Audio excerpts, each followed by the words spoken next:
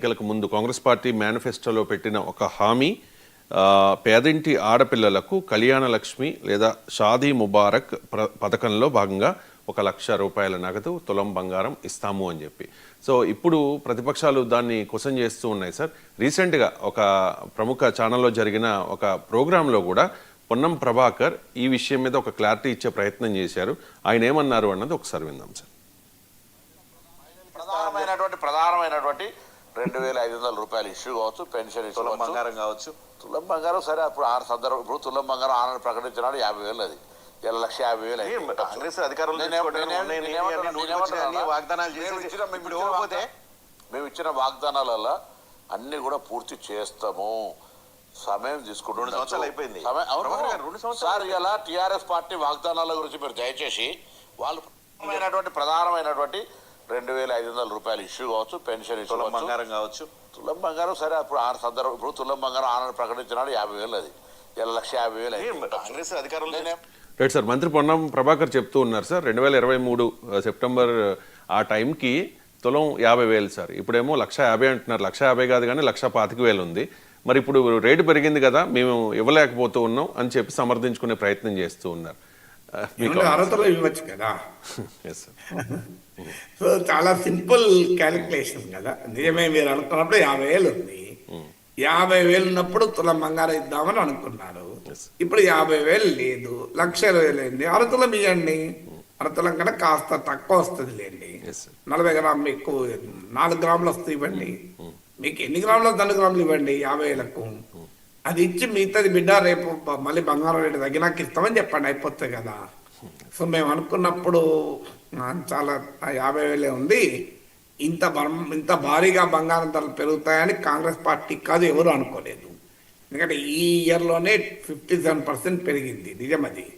So Congress party కూడా ఊహించిన దానికన్నా బంగారం రేట్లు ఎక్కువ పెరిగాయి కనుక ఆ 50,000కి వచ్చేటువంటి అరతులం కాస్త తక్కువ వస్తుంది. అరతులానికి అరతులం బంగారం ఇచ్చి మిగతాది బిడ్డ మీకు అందరికి ఇస్తా, నేను కావాలంటే బాండ్ రాసిస్తాం, మళ్ళీ బంగారం ధరలు తగ్గినప్పుడు ఇస్తామని చెప్పండి, అయిపోతుంది కదా. సో అందువల్ల అది కారణం కాదు. రాజకీయ పార్టీలు ఇలా చెప్తూనే ఉంటాయి హామీలు. ఇప్పుడు మీకు ఇండ్ల పథకం వచ్చినప్పుడు ఇదే చదివింది. హైదరాబాద్లో డబుల్ బెడ్రూమ్ ఇండ్లు ఏవి అని అడిగినప్పుడల్లా ఇంకో ఇన్ని కట్టినాం, కానీ హైదరాబాద్లో ల్యాండ్ రేట్ ఎక్కువ, మాకు ఏం చేయాలి, మేము అంత కట్టలేమని అప్పుడు వాళ్ళు సమర్థించుకున్నాం. అలాగే నిరుద్యోగ భృతి పైన ఇలాంటి సమర్థనలు వచ్చాయి. ప్రతి రాజకీయ పార్టీ అన్ని సంక్షేమ పథకాలు అమలు చేయదు. మీకు కొన్ని ఎన్నికల్లో హామీ ఇవ్వని కూడా అమలు చేస్తుంటారు. ఇదొక రొటీన్ ప్రాసెస్. సో ఇక ప్రతిపక్షాలు లాంటి ప్రశ్నిస్తూ ఉంటాయి. సో అందువల్ల దాని పార్ట్ ఆఫ్ ద డెమోక్రసీ. మన దేశంలో రాజకీయ పార్టీలు ఎన్నికల సమయాన్ని ఇచ్చేటువంటి హామీల అమలు పైన చట్టబద్ధమైన నిఘా లేదు, ఉండడం కూడా సాధ్యం కాదు. ఎందుకంటే ప్రాక్టికల్గా అది ఎలా సాధ్యమవుతుంది? ఎందుకంటే అనేక ఫ్యాక్టర్స్ ఉంటాయి. ఆల్రెడీ రేవంత్ రెడ్డి అధికారంలోకి వచ్చినప్పుడు ఒక మాట అన్నాడు, నేను లంక బిందెలు అనుకున్నా, కానీ వాడ తీస్తే ఏం లేవు, ఖాళీ బిందెలు ఉన్నాయని. సో అందువల్ల రాజకీయ పార్టీలకు ఆర్గ్యుమెంట్ ఉంటాయి. నేను ఇంత అప్పులు చేశాను అనుకోలేదు, ఎకానమీ ఇంత బ్యాడ్ చేశారని అనుకోలేదు అని కూడా అన్నాడు. సో చాలా డిమాండ్ కూడా ఉంది దేశంలో. ఒక చట్టబద్ధమైన వ్యవస్థ ఉండాలి. రాజకీయ పార్టీలు ఇలా బాధ్యతారహితంగా హామీలు ఇచ్చి ఎన్నికల్లో గెలుస్తుంటారు.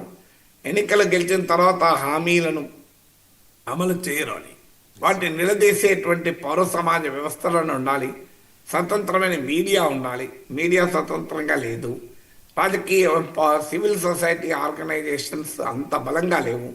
డెమోక్రటిక్ అకౌంటబిలిటీ మన దేశంలో చాలా వీక్. కోర్టులు దీన్ని టేకప్ చేసుకొని ప్రభుత్వాలపైన చర్యలు తీసుకోవడం అంత సులభం కాదు. ఎందుకంటే రాజ్యాంగంలో యాంటీ డిఫెక్షన్ లా ఉన్నా కోర్టులు ఏమీ చేయలేని పరిస్థితి ఏళ్ళ తరబడి నడుచుకుంటూ పోతుంది కదా. అందువల్ల ఇది అల్టిమేట్గా ప్రజా కోర్టులోనే తేలాల్సిన అంశం. కోర్టులోనే ఏం చెప్తాయి, రాజ్యాంగ ఉల్లంఘన కాదు, చట్ట ఉల్లంఘన కానప్పుడు మేము ఏం చేయాలి? ముందుగానే ఒక 4 హామీలు అమలు చేయరు. ప్రభుత్వాన్ని రద్దు చేసే అధికారం కోర్టులకు ఉంటాయా? పోనీ హామీలు అమలు చేయలేదు కనుక రాష్ట్ర ప్రభుత్వం రద్దు చేసే అధికారం గవర్నర్కి ఇద్దామా? ఇస్తే గవర్నర్లు ఏమున్నారు, ప్రతిపక్ష పాలిత ప్రభుత్వాలన్నింటినీ రద్దు చేస్తారు వెంటనే. కేంద్రంలో ఎవరు అధికారులు ఉన్నా వాళ్ళ పార్టీ వాళ్ళు ఈ హామీ అమలు చేయలేదు, ఆ హామీ అమలు చేయలేదు అని చెప్పి రాష్ట్ర ప్రభుత్వాలు రద్దు చేస్తూ పోతుంటారు. దాన్ని అంగీకరిద్దామా? అందువల్ల ఆచరణలో దీన్ని ప్రజలే నిర్ణయించాలి. ప్రజలకు కూడా ఏంటి, ఇక అన్ని ఎలాగూ చేయరు, కొన్ని చేసినా చాలు అనే భావనలో ప్రజలు ఉన్నారు. ప్రజలు అలా ఉంటారని భావించి కాంగ్రెస్ పార్టీ కాంగ్రెస్ పార్టీనే కాదు, రాజకీయ పార్టీలు ఏ కాడికి ఎక్కువ హామీలు ఇస్తూ ఉంటాయి. ఇది ఎలా ఉంటుందంటే సుల్తాన్ బజార్ మార్కెట్ లాగా. సుల్తాన్ బజార్లో 500 రూపాయల వస్తువును 100 రూపాయలకు అడుగుతారు, అక్కడికి 150కే ఇస్తారు. 100కి ఇచ్చినా కూడా 50కి అడుగుతూ ఇస్తారు, ఇచ్చేవారేమో అనే అనుమానంతోనే పోతుంది, ఎప్పుడు సంతృప్తి చెందడు.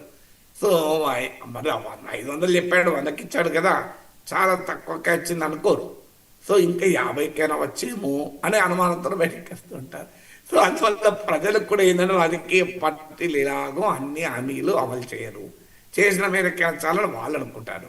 రాజకీయ పార్టీలు ఏమంటే ప్రజలు ఎలాగో అలా అనుకుంటారు కనుక 20 హామీలు ఇస్తే ఒక 5-10 అమలు చేసినా సంతృప్తి పడతారు అని పార్టీలు అనుకుంటాయి. అందువల్ల దీనికి ఇక్కడ సొల్యూషన్ లేదు. అల్టిమేట్గా ఆ హామీలు అమలు చేయనప్పుడు ప్రజలు ఎలా రియాక్ట్ అవుతున్నారు అనేదే ఇండికేషన్ అవుతుంది. కొన్నిసార్లు ప్రజలు కొన్ని హామీలు అమలు కాకపోయినా పట్టించుకోకపోవచ్చు కూడా, ఎందుకంటే వాళ్ళు కూడా తెలుసుండొచ్చు ఇది అయ్యేది కాదు అని. So there are different aspects. ఏ పథకాన్ని, ఏ హామీని ప్రజలు చాలా సీరియస్గా తీసుకున్నారు, ఆ హామీ అమలు చేయకపోతే ప్రజలు ఎంత తీవ్రంగా రియాక్ట్ అవుతారన్న దానిపైన ఆధారపడి ఉంటుంది. ఇప్పుడు ఉద్యోగాల కల్పన పైన ప్రతి ప్రభుత్వము ఇన్ని లక్షల ఉద్యోగాలు, కోట్ల ఉద్యోగాలను ప్రామిస్ చేస్తూనే ఉంటారు. అల్టిమేట్గా అది అడిగినప్పుడు ఏం చెప్తారు, మోడీ గారు చెప్పలేదు ఆ జీనియస్లో, పకోడీలు వేసుకుంటున్నారు ఈ జీటీవీ ఆఫీస్ ఎదురుగా, అది రోజుగారు కాదా అన్నాడు. సో మీరు ఇన్ని కోట్ల రూపాయలు 2 కోట్ల ఉద్యోగాలు ఇస్తారంటే ఇంకోవాడు పకోడీలు వేసుకునేది కూడా నేను కల్పించిన ఉద్యోగమే అన్నాడు. సో రాజకీయ పార్టీ అది ఇప్పటికీ కూడా మీకు జీనియస్లో దొరుకుతుంది, జీటీవీలో కొట్టండి, సో మీకు దొరికిపోతుంది. సో అందువల్ల రాజకీయ నాయకులు వాళ్ళ సమర్థనలు వాళ్ళకి ఉంటాయి కదా. అందువల్ల ఏ పథకమైనా పూర్తిగా అమలు చేయడం అనేది రాజకీయ పార్టీలు చేయవు. మనలాంటి వాళ్ళు చేయగలిగిన అమలు చేయగలిగిన హామీలు ఇవ్వండి, ఇచ్చిన హామీలు అమలు చేయండి అని అంటాం.